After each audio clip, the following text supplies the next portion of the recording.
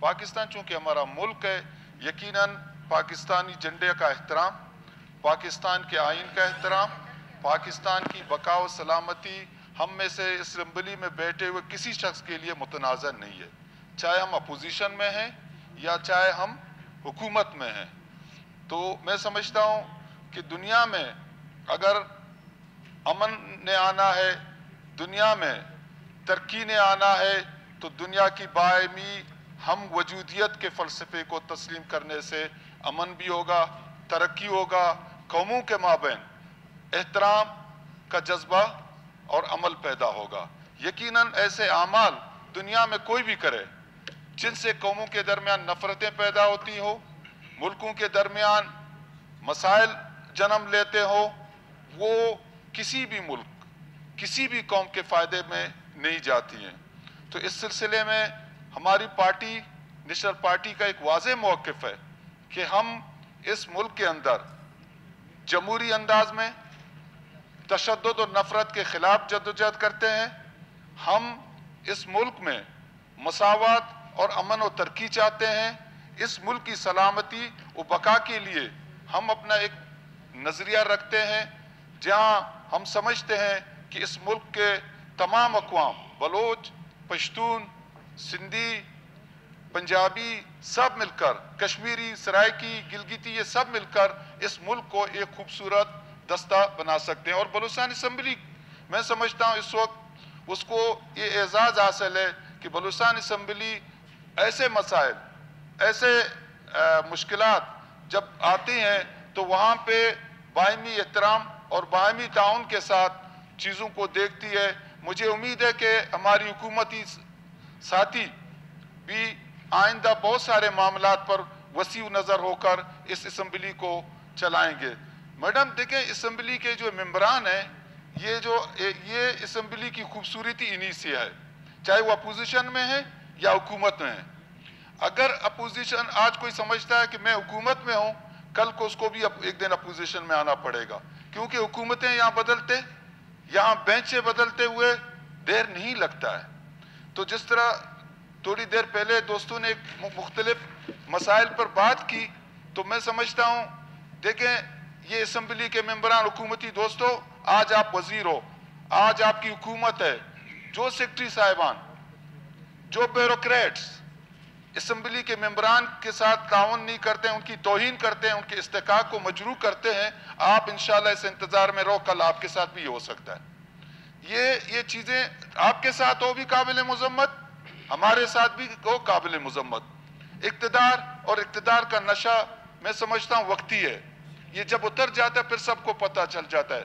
बलूचिस्तान मैं समझता हूँ रवादारी और एहतराम का सरजमीन है। यहाँ पे कोई भी हो, हमें एक दूसरे को एहतराम देना चाहिए, एक दूसरे के साथ शाइस्ता अंदाज में पेश आना चाहिए। यहाँ की ब्यूरोक्रेसी भी हमारी है, यहाँ के ऑफिसरान भी हमारे हैं, लेकिन कुछ अरसे से ये महसूस किया जा रहा है कि हम अपनी शानदार माजी, हम अपनी मुस्बत रवायात, हम अपने रवादारी के फ़लसफ़े को भूल रहे हैं। ये एक ज़माना था कि बलूचिस्तान में अपोजिशन और हुकूमत का कोई ख़ास फ़र्क नज़र नहीं आता था। उसकी वजह क्या थी? उसकी वजह बलूचिस्तान के वो लोग जो असम्बली में बैठे थे, उनकी अपनी एक ज़हनी सलाहियत थी या उनकी वो मुस्बत रवायत थी। असम्बली की सीट पे बैठने के बावजूद वो अपनी रवायात को नहीं बोलते थे। आज तो हम तो थोड़ी सी बात पर एक दूसरे को गले से पकड़ते हैं। आज कोई मुस्बत बात के लिए उठे, उसको किसी और रुख पे लेके जाया जाता है कि जी ऐसा नहीं, ऐसा नहीं। भाई ये असम्बली हम सबकी है, इस यहाँ पे हमें एक दूसरे को बात को समझने की जरूरत है। एक दूसरे के बात को सवाल और जवाब उठक बैठक की तरह करेंगे तो किसी को किसी की बात समझ नहीं आएगी। मुझे उम्मीद है कि इस असम्बली को चलाने के लिए मैडम आप स्पीकर हैं, आप इस हाउस की कस्टोडियन है, इसको मुस्बत अंदाज में ले जाएंगे। और हुकूमत से मेरी गुजारिश है, जो भी इस मुल्क के मुफाद में, जो भी इस मुल्क की बका व सलामती के साथ कोई चीज़ रिलेटेड होगा, उसमें वो अपोजिशन से मशवरा करे। अपोजिशन उसको नफी में जवाब नहीं देगा, लेकिन अपोजिशन के दोस्तों का एहतराम, क्योंकि हमारे सरजमीन का एक खासा है, हम कुछ नहीं मांगते हैं, सिर्फ इज्जत। चाहे बलोच हो या पश्तून, ہماری کوڈ آف آنر میں عزت ہے, ہم عزت چاہتے ہیں. اگر کسی کی بےعزتی ہوگی تو خاص کر کسی خاتون کی بےعزتی, میں سمجھتا ہوں اس پورے بلوچستان کی روایات, بلوچستان کی اسمبلی کی بےعزتی ہے. جو کلثوم کے ساتھ واقعہ پیش آیا انتہائی قابل نفرت ہے, انتہائی قابل مذمت ہے. وہ ایک خاتون ہے اور کم عمر ہے, تمام اسمبلی میں وہ کم عمر ہے, وہ ابھی سیکھنے کے تجربے سے گزر رہی ہے. تو ایسے میں ایسے کو دلاسا دینا چاہیے تھا, ان کو اپنی بچی سمجھ کر, اپنی بہن سمجھ کر ان کو دلاسا دینا چاہیے تھا. انہی الفاظ کے ساتھ میں حکومتی بینچز سے گزارش کرتا ہوں کہ آپ کابینہ میں ہو, آپ برائے مہربانی سیکرٹری صاحبان کو اس چیز کا پابند بنائیں کہ جی رائٹ ٹو انفارمیشن اگر کوئی بھی اسمبلی کا ممبر, کوئی شہری آپ سے مانگتا ہے آپ کو دینا پڑے گا. آپ کے پاس کوئی بھی ایم پی آتا ہے, جائز آئین و قانون کے اندر رہتے اپنے مسائل کے لیے, ڈسٹرکٹ کے مسائل کے لیے اس سے تعاون کریں. لوگ سب میڈم ہم سے پوچھتے ہیں, انہوں نے ہمیں ووٹ دیا, آج میرا ڈسٹرکٹ چل رہا ہے, سب سے زیادہ متاثر ڈسٹرکٹ اواران ہے, سب سے زیادہ متاثر.